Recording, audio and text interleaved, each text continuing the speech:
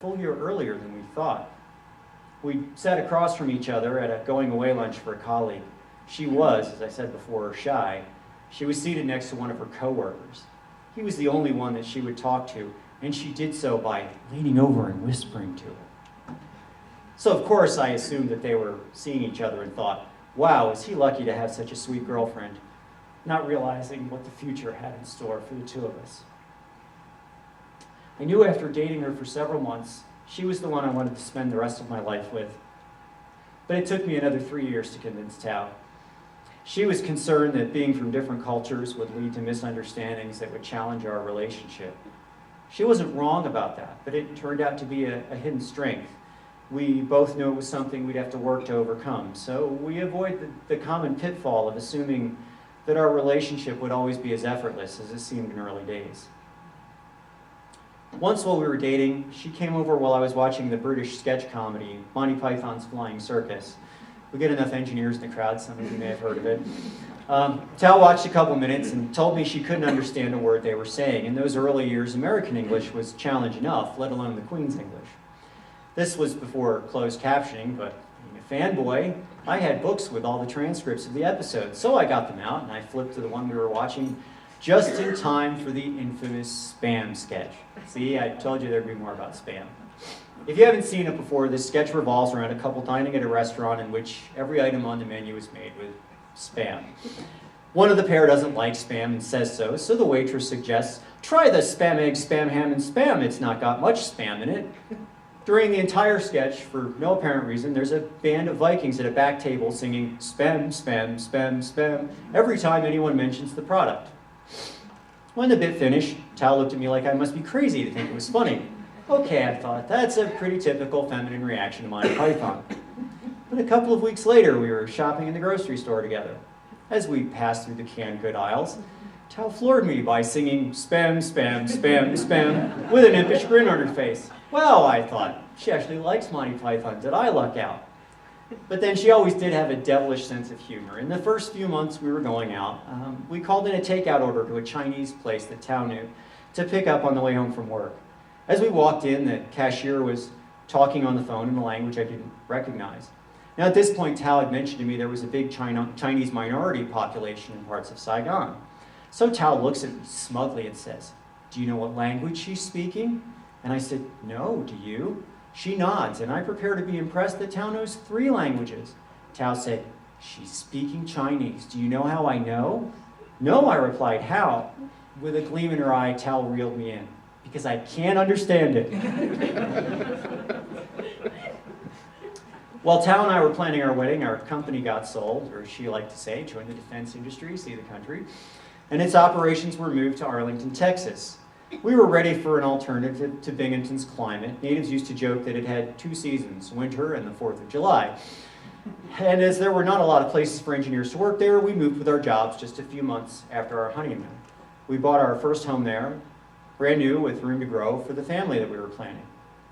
When our relocation commitments were up, we both landed jobs with Texas Instruments. Some of you may have heard of it. Towards the end of our first year there, after 3 years of marriage, Tao found a lump in her breast. Our primary care doctor was convinced that Tao was too young for breast cancer, she had benign fibroids, and no, she didn't need a mammogram. At the time, it was a big relief for us. We shortly got distracted by other concerns. Raytheon had purchased TI and announced it was closing the plant and moving to Tucson. So we took the tour, but having just come from the East Coast a few years earlier, it was all we could do to get used to North Texas. Tucson looked like another planet. And mindful of career opportunities, we were going to be moving from what was the number 2 high-tech job market in the country at the time to another company town. We respectfully declined and looked for new jobs in Texas, and both got hired into Bell Helicopter. So that's 3 jobs at the same place for those of you that are keeping score.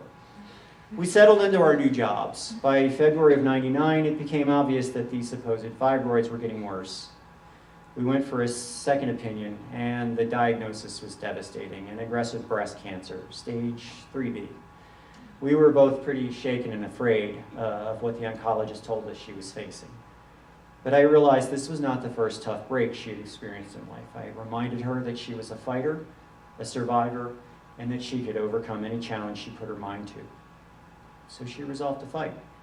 She started chemo, bought a wig, and kept right on working, partly because she wanted to, and partly despite some male coworkers who didn't think she could make the grade. During her first series of chemo, she worked as hard as she ever did. When I'd pick her up at the end of the day, she'd practically pass out in the car before we even drove out of the plant. I was in awe of her courage, her strength, and her determination. She finally took off work for her mastectomy, second series of chemos, but was back on the job afterwards, even though she was getting radiation every morning. Doctors consider you cured if you are cancer-free for 5 years. They put Tao's chances of living even that long at 50-50. If any of you have ever had loved ones dealing with cancer, you know the incredible anxiety that every follow-up visit brings, the dread that this time may be the time you get the awful news that the cancer has come back.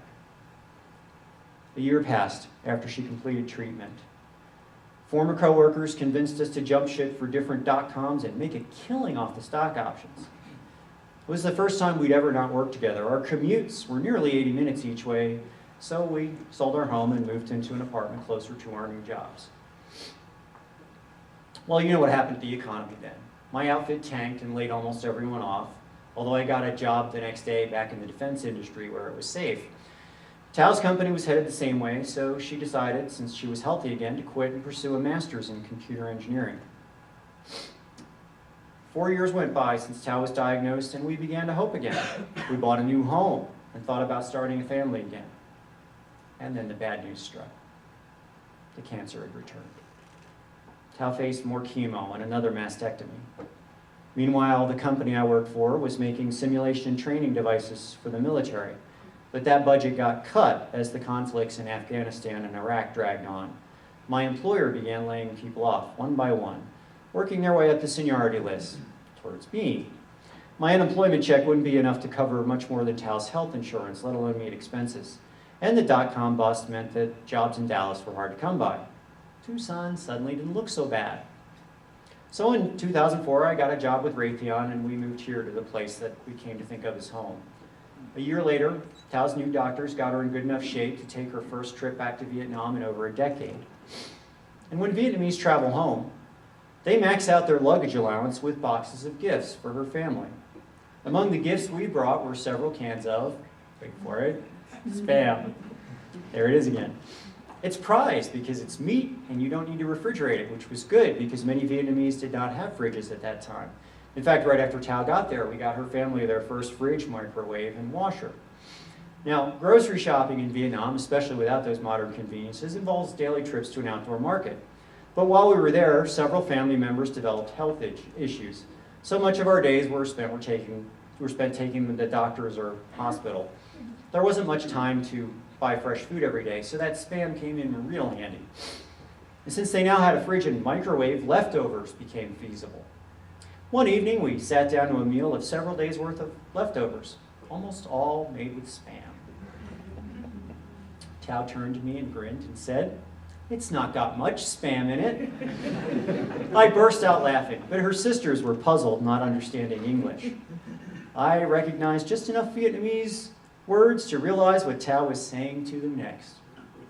She was translating the Monty Python Spam sketch into Vietnamese. I was rolling on the floor laughing at this point. When we moved to Tucson, Tao had only finished half the coursework for her master's, and this was before most schools had online programs. She enjoyed helping others, so she went to work for the Upward Bound program, tutoring math, something she'd also done in Texas. The program was run out of Pima College, and while there, Tao saw an announcement about its pharmacy technician program. Pharmacy was a career she had thought about as a little girl in Vietnam, so she enrolled. She interned at the UMC pharmacy and got certified as a technician and took a paying job there. Later, she got admitted to the U of A College of Pharmacy. Unfortunately, her health began to decline again, and she was forced to give up on that dream and withdraw from school. She continued working as a pharmacy technician for a while, hoping she'd recover her health sufficiently to return to school. But it was not to be. This time, Tao's health continued to worsen. The cancer returned, and this time it was attacking the lining around her heart and filling it with fluid that impeded her heart function. She ended up in the hospital for 2 weeks. It was the first of many health setbacks during her final 5 years of life. Shortly after she was released, she told me that she was not sure she'd ever be well enough to complete pharmacy school, so she thought she should go back to engineering. She didn't want the long-term stress of programming again and thought perhaps she could handle configuration management or quality engineering better. Within 4 months, after more than a decade away from engineering, she came to work at Raytheon for the third time in her life as a software quality engineer, first on the SM3 program, where she made many new friends. She'd been at Raytheon less than a year when her next health setback occurred. I got an emergency call over at Raider Road to come to the airport site and pick her up because she was vomiting blood. She ended up in the hospital for several days. Blood vessels in her esophagus had burst as a result of her liver becoming cirrhotic after too many years of straining chemotoxins. The next year, Tao started having other issues, which were eventually diagnosed as endometrial cancer. We'd been planning to visit her family in Vietnam that summer. Her doctors managed to schedule a hysterectomy with just the minimum recovery time to spare before our trip. When we visited, her mother was very frail. She passed just a couple months later. The morning after we got back, I awoke to hear Tao yelling my name. I rushed out to the kitchen and found her lying on the floor. With so much blood everywhere, it looked like an 80s slasher film. More blood vessels had burst from her liver condition.